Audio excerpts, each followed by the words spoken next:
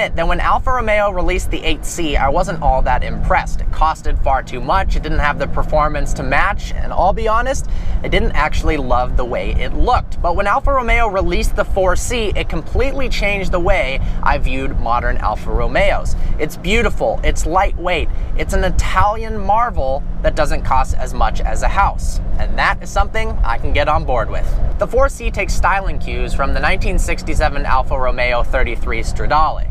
It's got similar lines, and that results in one of the most unique yet also beautiful cars on the road. Everything is functional as well. All the aero bits you see in intake add to the performance of this car.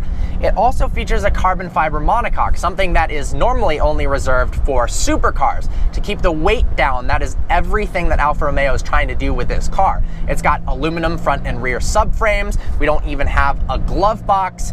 No power steering either. That means that the communication between the driver and the road is sublime when you're driving quickly. It also means when you're driving around parking lots, it is horrible and extremely hard to turn the wheel. But this is a driver's car, and oh boy, is it a driver's car. In a world of gargantuan cars where consumers are asking for more and more legroom and more isolation from the road, the 4C is a diamond in the rough. A Hellcat almost weighs as much as 2 4Cs. That is ridiculous. The curb weight is under 2,500 pounds. And even crazier is the Spider variant is only 20 pounds more than that. Usually you gotta add an extra 0 to that figure to get the curb weight for the convertible or the Spider, but not this. And you don't lose too much structural rigidity because it has that carbon fiber monocoque. You've got a mid-engine layout for better weight distribution, and having a mid-mounted engine also means there's no need for a drive shaft because it's rear-wheel drive, which further saves weight. It's rear-wheel drive, which means it's incredibly fun in the turns, no power steering, which makes it even more fun. It's incredibly lightweight, which makes it even more fun. This car is an absolute riot. Now, the power figures aren't crazy. That's because it's really lightweight. It doesn't need to be. It's also an incredibly small car, so cramming an engine in the back is obviously difficult. 1.75 liter inline-4 turbocharged, 237 horsepower, and 258 pound-feet of torque. Those power figures sound like a joke. I mean, that's a base model 3 Series. This is supposed to be a high-performance supercar, but in a car this light, this car rips.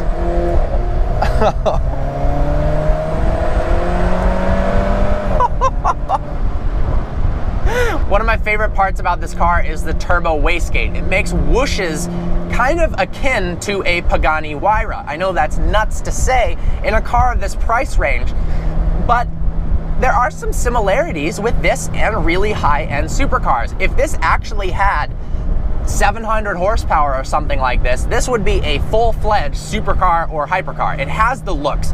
The weight is ridiculously low. It has a 6-speed dual-clutch gearbox that is very, very quick, and it punches you through shifts in a very satisfying manner. Oh. And the brakes are insane. Slam on the brakes and 60 to 0 happens in under 100 feet. Let me tell you another car that does figures like that, the Viper ACR. 0 to 60 happens in the 4C in just 4.1 seconds. 4.1 seconds for a car with 237 horsepower. That is insane. And it does feel really quick. But the best part about the 4C is the handling. Because it's so lightweight, because it doesn't have power steering, it is so direct, it is so fun, the car is so nimble in the turns, it is absolutely addicting. And because there's so much weight savings, the glass is very thin, and you can hear that engine behind you like it's in the passenger seat. It's insane, especially the turbo noise is incredible. Oh my God, and the exhaust sounds incredible. This has to be one of the best sounding 4-cylinders ever. We got the Fiat 500 Abarth, that's also an incredible sounding 4-cylinder, but man, did they nail it with this car. We got 4 different driving modes. Normal, which is, of course, normal for everyday driving. Dynamic, which sharpens up the throttle response, the shift times, and lessens the traction control a bit. We've got all-weather mode in case it gets a little slippery out there, and then Alpha Race mode, which you can guess what that does. So why would you buy this car? What is the appeal? What is the real appeal of a 4C? This is a driver's car, first and foremost, and pretty much only. This is 100% dedicated to having a blast driving around on back roads. This is not a highway cruiser. It's not going to be very fun in town. But man, when you take this thing through the turns, you instantly understand how much of a work of art this car really is. The suspension is perfectly set up as well. Riding over rough bumps, it's not all that bad, but the body roll is virtually non-existent. In the interior, driver focused yet again. You've got the center dash area pointed towards you. Some of the electronics are a bit of a joke. I mean, we've got an Alpine head unit that's off the shelf, something that you could buy at Best Buy, but furthermore, weight saving. We've got manual seats, weight savings again, but they're actually very, very comfortable, and they look beautiful as well. I love the stitching in the headrest with the Alfa Romeo logo. It looks incredible.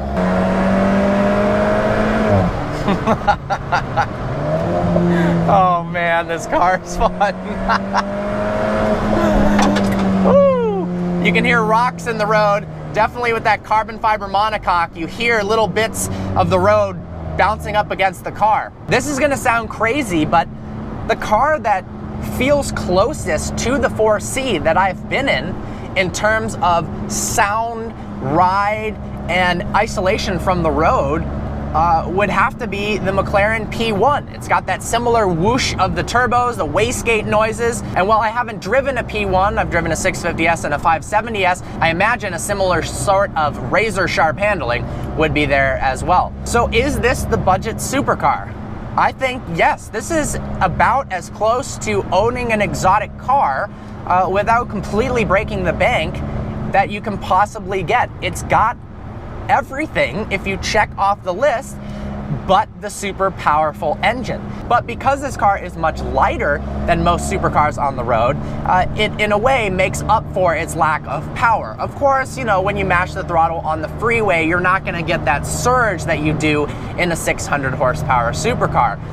But this handles every bit as good as something like a Lamborghini Huracan or a McLaren 570S for obviously way, way less money. How about the attention? Attention is a part of supercar ownership experience. It just comes with having a crazy looking car. Well, the 4C turns just as many heads as driving a Ferrari down the road, especially if you're in lower gears and you hear the exhaust screaming. People see it and they go, what the hell is that? And most likely they're gonna guess it is a Ferrari. If I had to pick between this and a Ferrari that's in its price range, I'm choosing the 4C all day. This is way more fun than a Ferrari 360.